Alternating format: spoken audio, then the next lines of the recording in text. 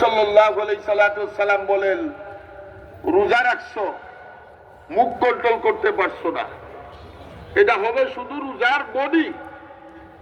প্রত্যেক ইবাদতের ওই বস্তুর নাম, শুধু বডির নামও মানুষ নয়, শুধু আত্মার নামও মানুষ নয়। দুইটার নাম মানুষ, না শুধু বডির নাম মানুষ।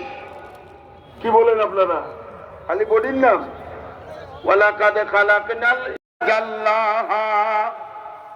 ও বান্দা, আমি দিনের কসম খাইলাম, ওয়াল্লাইলি ইযা ইয়াগশাহা।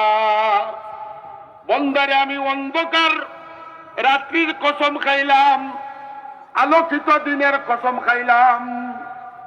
ওয়ান্নাহারি ইযা জাল্লাহা ওয়াল্লাইলি ইযা ইয়াগশাহা ওয়াস-সামানের কসম খাইলাম।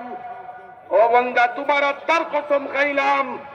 ওয়া নাফসিন ওয়া মা সাওয়াহা।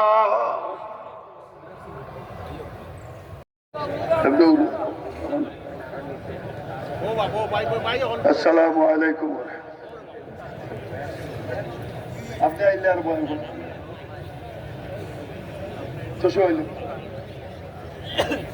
আলহামদুলিল্লাহ। মুর্দেগানদের কবর জান্নাতের বাগান হিসাবে কবুল করুন। খতিব সাহেব, খতিবে জমান আল্লামা খান সাহেব হাফিজাহুল্লাহ তাআলা বয়ান করতেছিলেন। মোহব্বতের তাকাজা আমাকে সুযোগ